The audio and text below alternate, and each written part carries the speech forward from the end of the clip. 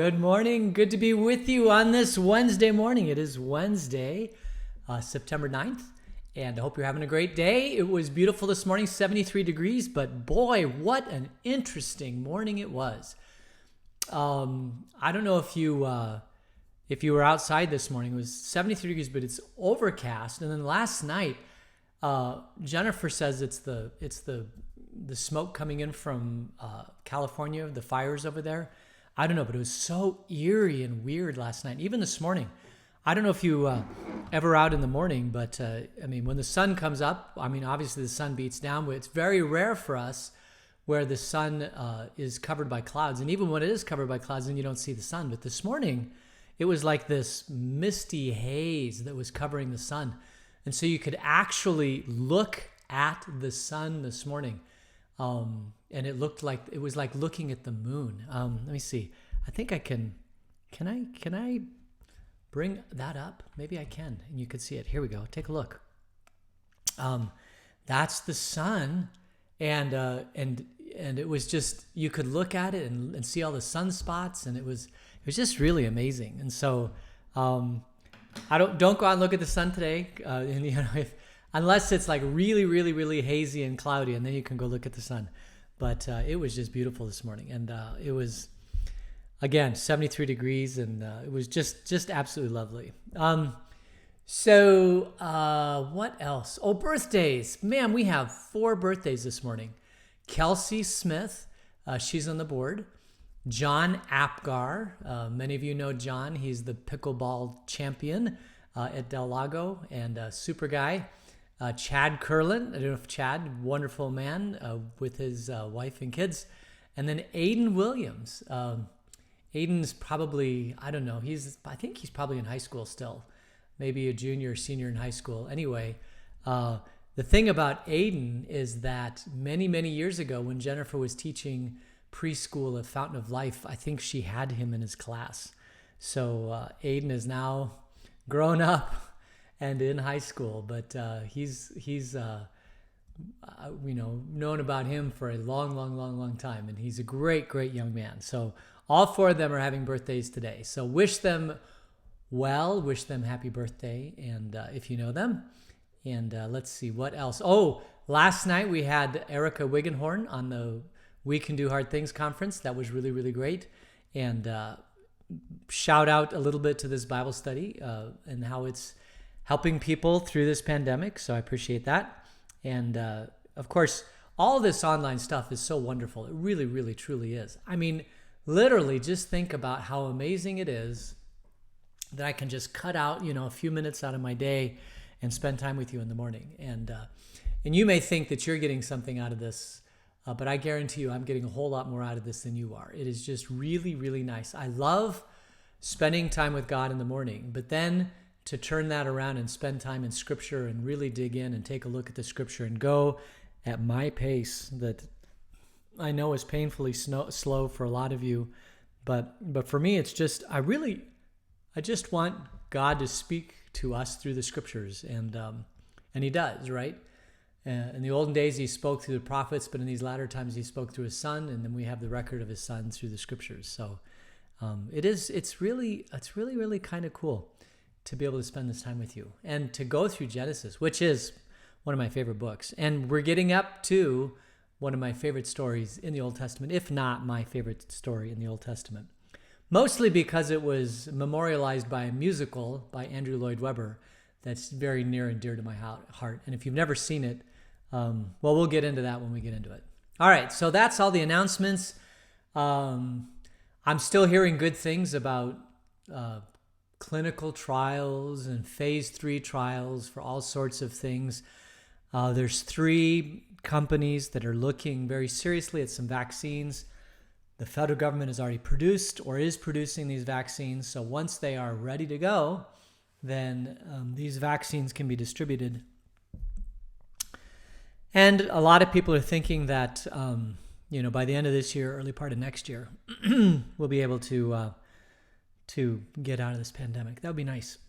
For some reason, it's smoky in here. I wonder if that's the smoke from the California wildfires. I don't know. Anyway, so today we're going to talk about Jacob and his family. And if you'll remember, yesterday we talked about how Dinah was raped. And so Simeon and Levi go and rescue Dinah and kill all the tribe to rescue Dinah. And then the last thing we heard in Genesis chapter 34 was Jacob saying that you've really put us in a really precarious and difficult position, because now nobody's going to trade with us. Nobody's going to let us live next to us.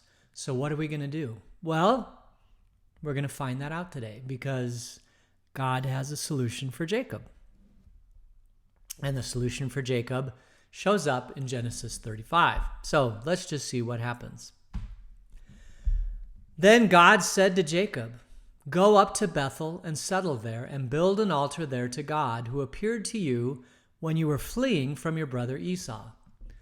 So Jacob said to his household and to all who were with him, "Get rid of the foreign gods you have with you and purify yourselves and change your clothes.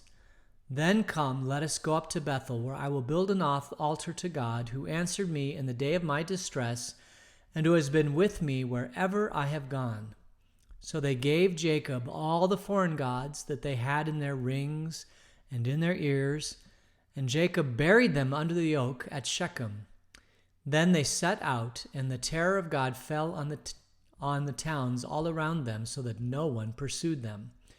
And Jacob and all the people with him came to Luz, that is Bethel, in the land of Canaan. So now you might think it's crazy that they have foreign gods, but Jacob is a man who's following the God of Abraham, Isaac, and Jacob, right? He is definitely following God. But remember, some of these other people in his camp don't necessarily follow him. If you'll remember, Rachel, was it Rachel or Leah, when Uncle Laban Uncle Laban had a lot of gods in his house. They were stolen, and those are still with Jacob. So even though Jacob is a follower of the one true God, all these other people with Jacob have a lot of different gods. But God appears to him and he says, "Listen, go to Bethel and build an altar there to God who appeared to you, this one God who appeared to you while you're fleeing from brother Esau."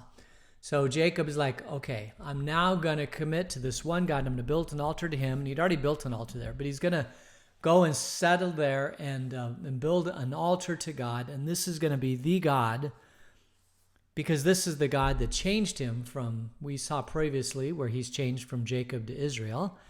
And so Jacob is going to do that. So he tells all the people in his tribe, "Come, give me all your things, purify yourselves, and change your clothes."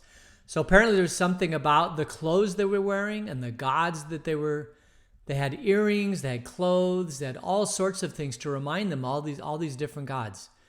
And Jacob says, "No, it's just going to be the one true God. So bring me all your stuff, even your clothes, and we're going to purify ourselves, and we're going to bury all this stuff, and we're going to go to a new place."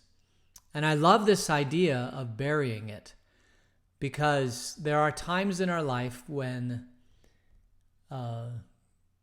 maybe not in your life, but you'll know people in their life who they get all messed up with all sorts of different things, and it seems their life is out of control, right? For Jacob, he's got all these different tribes pursuing him, or he's thinking that they might pursue him.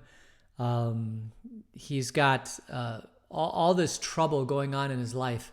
He's got people in his tribe following all these different gods. And it sounds like here in this chapter in 35, he's like, okay, I'm done with this. God, you're in charge. We're going to purify ourselves. We're going to put away all this stuff. We're going to bury it, and we're going to follow you.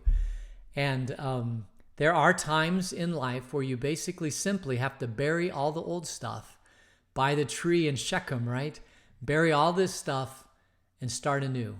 And that's what Jacob is doing. He's basically burying all the old stuff and starting anew.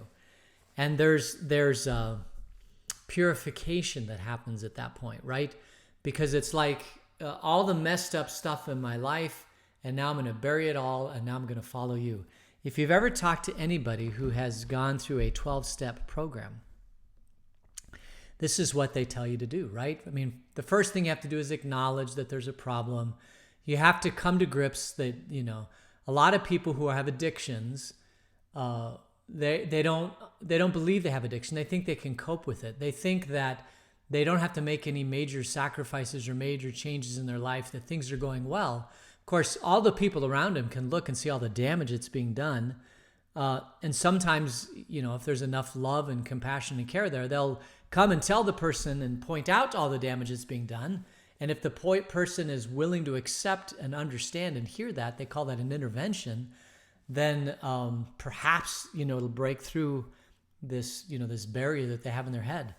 And when that happens, and when they realize, okay, I really do have an addiction and I can't do this by myself, I need help, that's when they can finally take all the junk and the garbage in their life and bury it and move forward. And those are really, really beautiful, wonderful moments in life. And, Jacob's got the same thing going on here. He's going to bury all the stuff at the oak tree in Shechem and bring the whole time. I mean, he's got all these kids. He's got grandkids. He's got 2 wives. The wives have I guess they're concubines to Jacob, but they're servants to the wives. This whole entire tribe, and Jacob is like, we're gonna do a fresh start here. And so they bury all the stuff at the oak tree in Shechem, and then they move on with a fresh start. And maybe somebody in your life that needs a fresh start. And it's not even just addictions, right? It could be anything in life that is preventing you from living the life that God has for you. It could be anything. Maybe it could be anger that you have towards someone that really, really hurt you very bad, and you're still living with the pain of that anger. And that anger is sitting like a coal, burning, smoldering in your belly. And maybe there's a point in your life where you say, I just can't deal with this anger anymore. And so you take that anger out of your heart and out of your belly, and you dig a hole and you put it there and you cover it up and you say, I'm done with that. It could be, like I said, it's addiction. It could be a relationship problem, where somebody hurt you. And there's a number of different ways that we hold on to things in our life. We hold on to these false idols in our life that prevent us from living the full and complete abundant life that Jesus came to this earth and died to set us free so that we could live for, right? And so this is also just a great thing, to be able to bury things in the past and move forward. And that's what basically Jacob's doing here. So he buries everything and they set out. And the terror of God fell on all the towns all around them so that no one pursued them. So it's not only like Jacob did a fresh start, but God in the background with his power and his holy angels is putting his fear in all the towns around so that they don't come and pursue Jacob. And they could have, right? Because they know what Jacob's sons did, and they might want righteousness and justice for that, even though it may have been justified. In my opinion, killing all the males was a little bit over the top. Remember, there's no law of Moses yet, so there's no set punishment for the things that happen. For Simeon and Levi, this was a righteous punishment, but in retrospect, looking at it, it may not have been all that righteous. It may have been over the top. But definitely, we deserved. At some level, some punishment was deserved, but that's the way it is, right? You do what you feel is right. Thank goodness that we have laws now in our country that kind of give what the punishment should be, and we debate and all that sort of thing. We come up with laws about punishments. Punishments are for 2 reasons, right? One is to prevent behavior from happening. So you want to set the punishment high enough to where you put the fear of God in people so they don't do that behavior. But the second thing is that you have to follow through with that punishment. So the punishment needs to be fair so that whatever the punishment is, it seems like on balance, it seems like a right punishment. And the thing is that for one person, it might be devastating. The crime that you do against that person might be devastating. For another person, it may not be all that devastating. And so that's why you have judges, because they can kind of sense in the courtroom and all that sort of thing. And so if you ever go to court and you want the maximum amount of punishment meted out, give the vibes to the judge that this is the worst thing that's ever happened to you, and the judge will put the maximum punishment sometimes. Judges are pretty clever. Judges ultimately in the United States, our judges are the ones who mete out punishments, and they do the best as they can. Most of the times I've been involved in those kind of things, I've seen the judge basically split the baby in two, right? They never side ultimately on one side or the other. They basically kind of just walk the fine line between two sides to try to judge.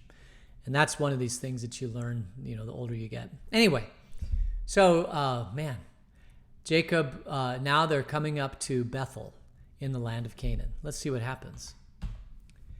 There, Jacob built an altar, and he called the place El Bethel. El, which is short for God, Elohim. Bethel, house of God. So God, the house of God. Because it was there that God revealed himself to Jacob when he was fleeing from his brother. So he arrives at Bethel, and he calls the place El Bethel because it was there that he was fleeing from his brother.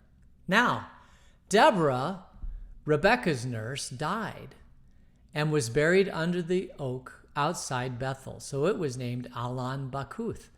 And if you'll remember, Rebekah, of course, is his mother. Deborah is the servant or the nurse, died, and she was buried under the oak outside Bethel, and so they named that Alon Bakuth. And after Jacob returned from Paddan Aram, God appeared to him again and blessed him. And God said to him, "Your name is Jacob, but you will no longer be called Jacob. Your name will be Israel." So he named him Israel. We actually saw this earlier in a couple chapters back, where God appears to Jacob and says, "I'm no longer going to call you Jacob, I'm going to call you Israel." And so, because you wrestled with God. So you're now Israel. And then verse 11. And God said to him, "I am God Almighty. Be fruitful and increase in number. A nation and a community of nations will come from you, and kings will be among your descendants. The land I gave to Abraham and Isaac I also give to you, and I will give this land to your descendants after you." Then God went up from him at the place where he had talked with him. So it almost sounds like he's having an actual conversation with Jacob. And Jacob has had these, wrestlings with God, and Isaac and Abraham. They've all had these, what we call theophanies, where God comes into their life and talks to them. And it appears that the same thing is happening with Jacob. And he says something very, very curious. He said, "I am God Almighty." And then he says, "Be fruitful and increase in number." And if you'll remember, in the Garden of Eden, way back when we started Genesis, they were in the Garden of Eden. There were two commands that God gave to Adam before the fall. The first was increase and multiply, be fruitful and multiply. And the second command was subdue the earth.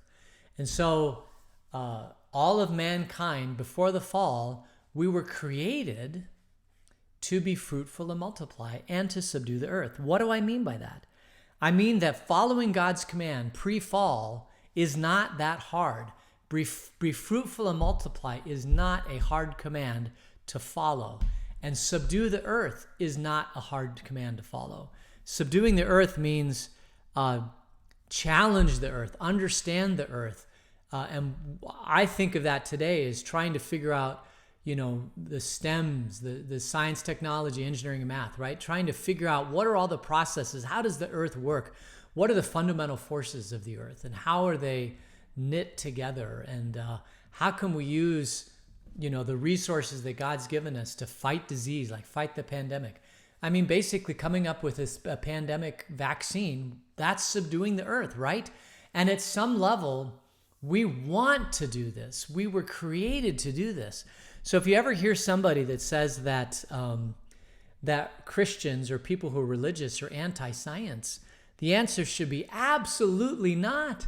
Christians are the first and foremost pro-science. Why? Because it is through science that, in one way, science helps us subdue the earth. And that is a command from God pre-fall. We were created to subdue the earth. We were created to do the research and where you come up with a hypothesis and you test that hypothesis and challenge it, which is basically what the vaccine is, right? The hypothesis is this vaccine will work. The experiment, let's produce a bunch of vaccine. Let's give it clinically to a bunch of people with a placebo and a non-placebo, or, with an actual vaccine. Let's randomize it so they don't even know if they're getting the vaccine or not. And let's do enough people so we can actually see if there's a statistical difference. Is it safe? And all that stuff. All of that stuff Christians should celebrate, because that's part of the command of what God called us to do, to subdue the earth. The art of psychology and psychiatry and all the different ways that God has created, honestly, forms of government. Now, we live here in the United States with a representative democracy, but there are people have tried other forms of government, and we should try and experiment with other forms of government. Obviously, changing a government is very, very difficult. It takes revolution. I don't know if the United States should change their government, but certainly other places around the world could change their government, and they might try something that's different from representative democracy. These are things that we should try in our lives, in our world, to try to subdue the earth. And if anybody says Christians are anti, subdue the earth or whatever, you tell them absolutely not. It's a command from God to subdue the earth. And so I celebrate that we live in the United States, because we are an experiment in how we can self-govern. And right now we're in a massive time of turmoil to test whether or not the limits of our Constitution are going to work for our society.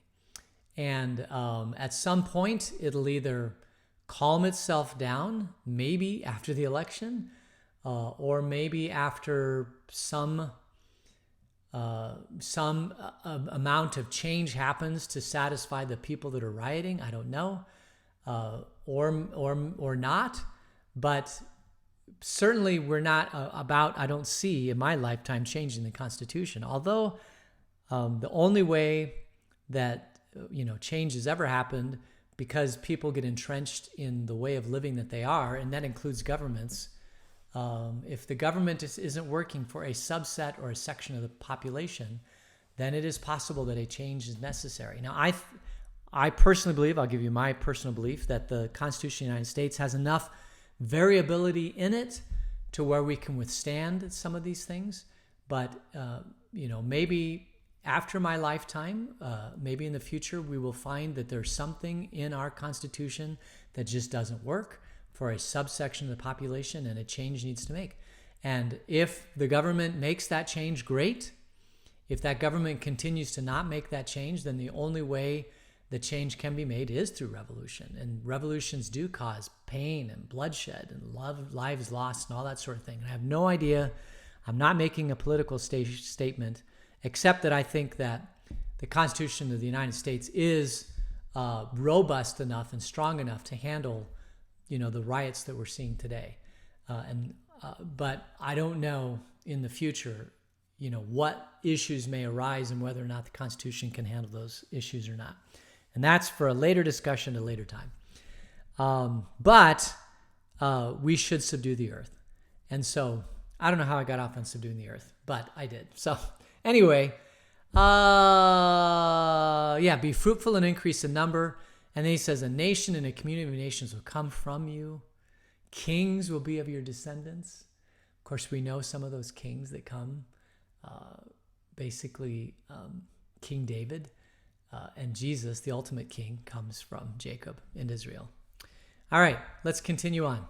So, verse 14, Jacob set up a stone pillar at the place where God had talked with him, and he poured out a drink offering on it. And he also poured oil on it, and Jacob called the place where God had talked with him Bethel, which is house of God. So God sets up a stone pillar, or Jacob sets a stone pillar.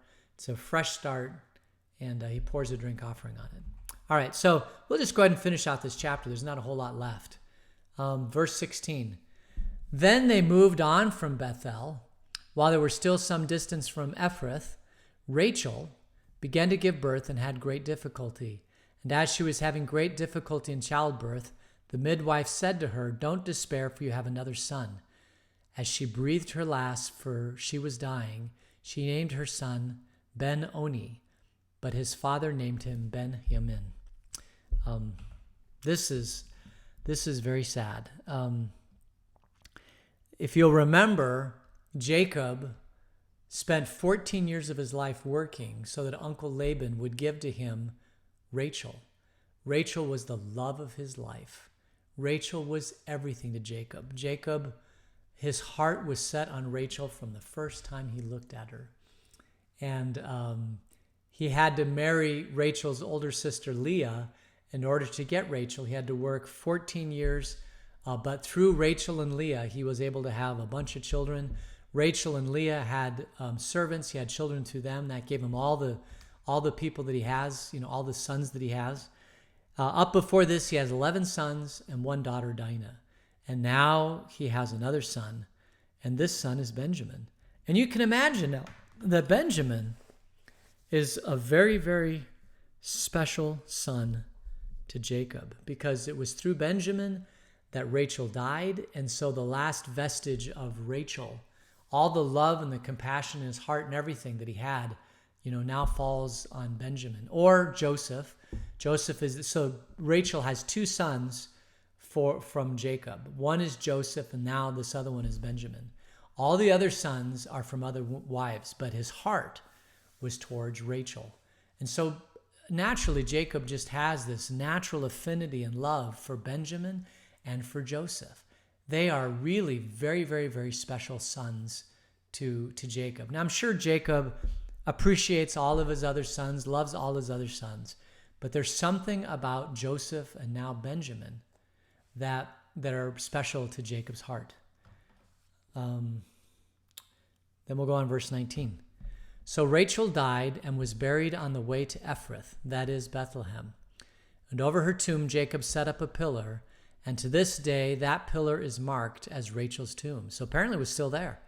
Israel moved on again and pitched his tent beyond Migdal Eder. While Israel was living in the region, Reuben went in and slept with his father concubine, Bilhah, and Israel heard of it. Now that's interesting. So the sons, all these sons, did they not have wives of themselves? And Reuben, who's the oldest, went in and slept with his father's concubine, Bilhah. So, man, we could spend a whole lot of time on that. But we're not. We'll let's just say that he was ready to have some children and hadn't been married yet or whatever, so he goes and sleeps with the concubine Bilhah, and his father knows about it. Apparently doesn't do anything about it. And then Genesis, beginning in chapter 35, verse 23, the sons of Leah. Reuben was the firstborn of Jacob, Simeon, Levi, Judah, Issachar, Zebulun. The sons of Rachel are Joseph and Benjamin. The son of Rachel's servant Bilhah were Dan and Naphtali. The sons of Leah's servant Zilpah were Gad and Asher. And these were the sons of Jacob who were born to him in Paddan Aram. So those are the sons. And in a minute, I'll show you the chart. Let's just finish this out. Verse 27. Jacob came home to his father Isaac in Mamre, near Kiriath Arba, that is Hebron, where Abraham and Isaac had stayed. Isaac lived 180 years. Then he breathed his last, and he died and was gathered to his people, old and full of years, and his sons Esau and Jacob buried him. So apparently Jacob and Esau came back together again to bury their father, which is kind of a cool thing. Lived 180 years. People say that's impossible. Not necessarily. I don't know if we've talked about this, but remember before the flood, people were living a long time. After the flood, they started living less time. 180 years. Could you and I live 180 years? I don't know.